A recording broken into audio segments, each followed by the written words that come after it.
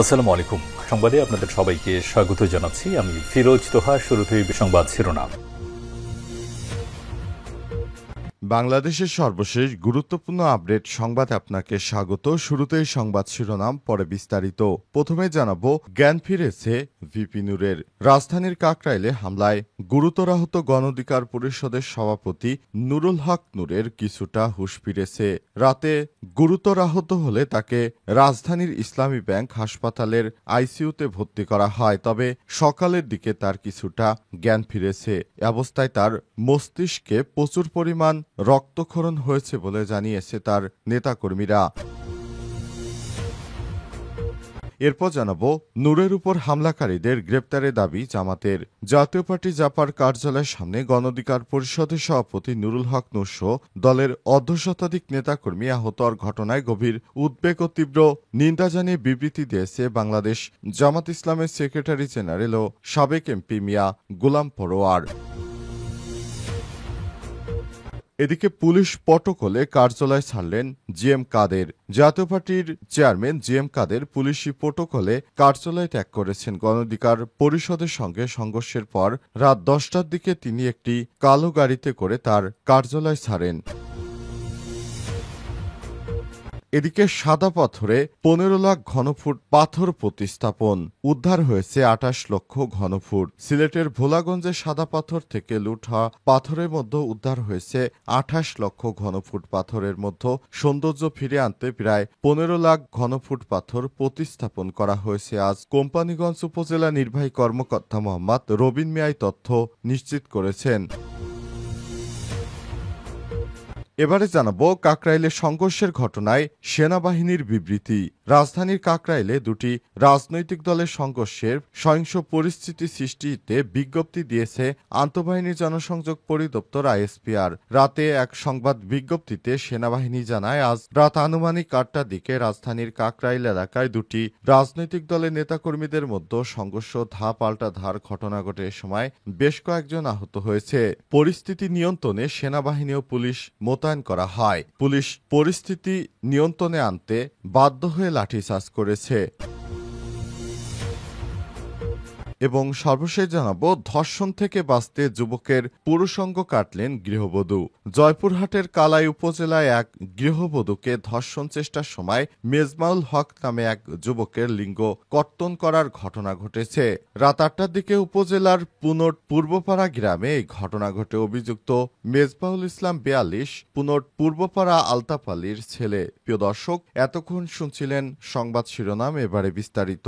তবে তার আগে বন্ধুরা, অনুরোধ থাকবে সংবাদটিতে একটি লাইক দিন। এই চ্যানেলে আপনি নতুন হয়ে থাকলে আমাদের সংবাদটি দেখতে দেখতে চ্যানেলটি সাবস্ক্রাইব করে রাখুন। কমেন্ট করে বন্ধুরা আপনার মূল্যবান মতামত জানিয়ে দিন আপনি বিশ্বের কোন দেশ থেকে বা বাংলাদেশের কোন স্থান থেকে আমাদের সংবাদটি দেখছেন এবং শুনছেন। আর বন্ধুরা, এই সংবাদটি আপনার সোশ্যাল মিডিয়া ফেসবুকে শেয়ার করে বন্ধুদেরও দেখার সুযোগ করে দিন। এবারে বিস্তারিত। নূরের হুঁশ ফিরেছে। রাজধানীর কাকরাইলে হামলায় গুরুতর আহত গণ অধিকার পরিষদের সভাপতি নুরুল হক নূর আইসিইউতে ভর্তি ছিলেন। তিনি অজ্ঞান হয়েছিলেন, তবে তার কিছুটা হুঁশ ফিরেছে। আজ 7টা 5 মিনিটে নুরুল হক নূরের ফেসবুক পেজে দেয়া স্ট্যাটাসে এই তথ্য জানানো হয়েছে। সেই সঙ্গে নাকে ব্যান্ডেজ এবং মুখে অক্সিজেন মাস্ক পরা অবস্থায় বেডে শুয়ে রয়েছেন ভিপি নূর। এমন দুটি ছবিও পোস্ট করা হয়েছে। স্ট্যাটাসে লেখা হয়েছে, নুরুল হক নূরের উপর গত রাতে হামলার পর এখন পর্যন্ত তিনি আইসিইউতে চিকিৎসাধীন।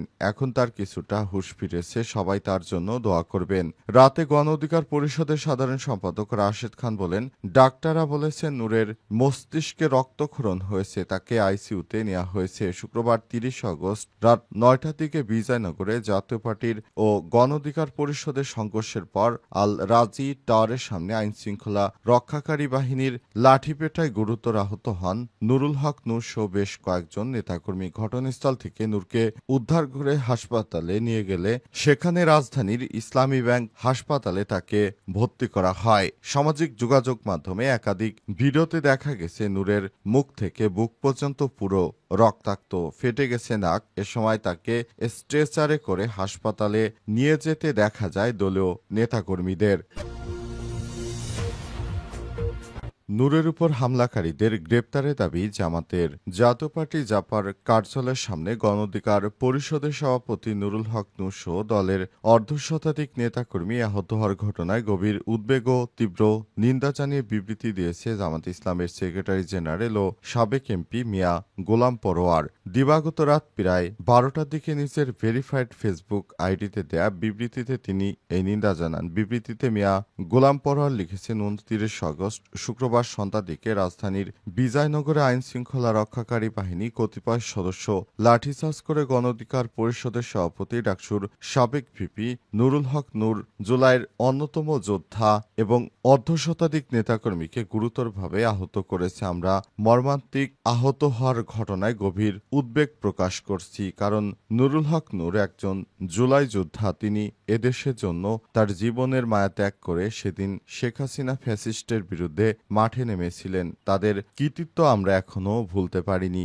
অন্তর্বর্তীকালীন সরকারের সময় ভিপি নূর এভাবে গণপিটুনির শিকার হবে, তাকে গরুর মতো পিটানো হয়েছে, এটা আমরা কখনোই মেনে নিতে পারিনি। অন্তর্বর্তীকালীন সরকারকে অবশ্যই এর জন্য দায়িত্বশীল আচরণ করতে হবে। সরকারের উচিত দ্রুততম সময়ের মধ্যে যারা এই অনাকাঙ্ক্ষিত ঘটনার সঙ্গে জড়িত তাদেরকে আটক করা, দ্রুত সময়ের মধ্যে যারা এই ধরনের কর্মকাণ্ডে জড়িত তাদেরকে গ্রেপ্তারের তীব্র নিন্দা ও প্রতিবাদ জানিয়েছে বাংলাদেশ জামাত ইসলাম। জামাত ইসলামের পক্ষ থেকে দ্রুত সময়ে যেসব পুলিশ সদস্য এগুলোর সঙ্গে জড়িত তাদেরকে আটক করার জন্য আহ্বান জানানো হয়েছে। বিএনপির পক্ষ থেকেও একই ধরনের বার্তা দেওয়া হয়েছে, তবে তারেক রহমান জানিয়েছে তাদেরকে দ্রুত সময়ের মধ্যে তদন্তের আওতায় নিয়ে আসতে হবে। পুলিশ প্রোটোকলে কার্যালয় ছাড়লেন জিএম কাদের। জাতীয় পার্টির চেয়ারম্যান জিএম কাদের পুলিশি প্রোটোকলে কার্যালয় ত্যাগ করেছেন। গণ অধিকার পরিষদের সঙ্গে সংঘর্ষের পর শুক্রবার রাত 10টার দিকে তিনি একটি কালো গাড়িতে করে কার্যালয় ছাড়েন। এ সময় গণ অধিকার পরিষদের কয়েকজন সমর্থক তার গাড়ি অবরোধের চেষ্টা করলে পুলিশ হস্তক্ষেপ করে তাদের সরিয়ে দেয়। এর আগে রাত 9টার দিকে জাপা কার্যালয়ের সামনে পুলিশের সঙ্গে গণ অধিকার পরিষদের নেতাকর্মীদের সংঘর্ষ হয়। এতে গুরুতর আহত হন গণ অধিকার পরিষদের সভাপতি নুরুল হক নূর। রক্তাক্ত অবস্থায় তাকে সহকর্মীরা দ্রুত হাসপাতালে নিয়ে যায়। প্রত্যক্ষদর্শীরা জানিয়েছে রাত 8টার দিকে দ্বিতীয় দফায় জাপা কার্যালয়ের সামনে জড়ো হন গণ অধিকার পরিষদের নেতারা। এ সময় জাপা কর্মীদের সঙ্গে ধাওয়া পাল্টা ধাওয়া শুরু হয়। পরে সেনাবাহিনী ঘটনাস্থলে পৌঁছে জাপা নেতাকর্মীদের সরিয়ে দেয়। এরপর আইন শৃঙ্খলা রক্ষাকারী বাহিনী গণ অধিকার পরিষদের নেতাদের 10 মিনিটের মধ্যে সরে যাওয়ার নির্দেশ দেয়, কিন্তু তারা সরে না গেলে সেখানে পুলিশ ব্যাপক লাঠিচার্জ করে। এ অবস্থায় পুলিশ এর লাঠির আঘাতে গণ অধিকার পরিষদের সভাপতি নুরুল হক নূর গুরুতর আহত হন। অভিযোগ রয়েছে নুরুল হক নূরকে কুকুরের মতো পেটানো হয়েছে।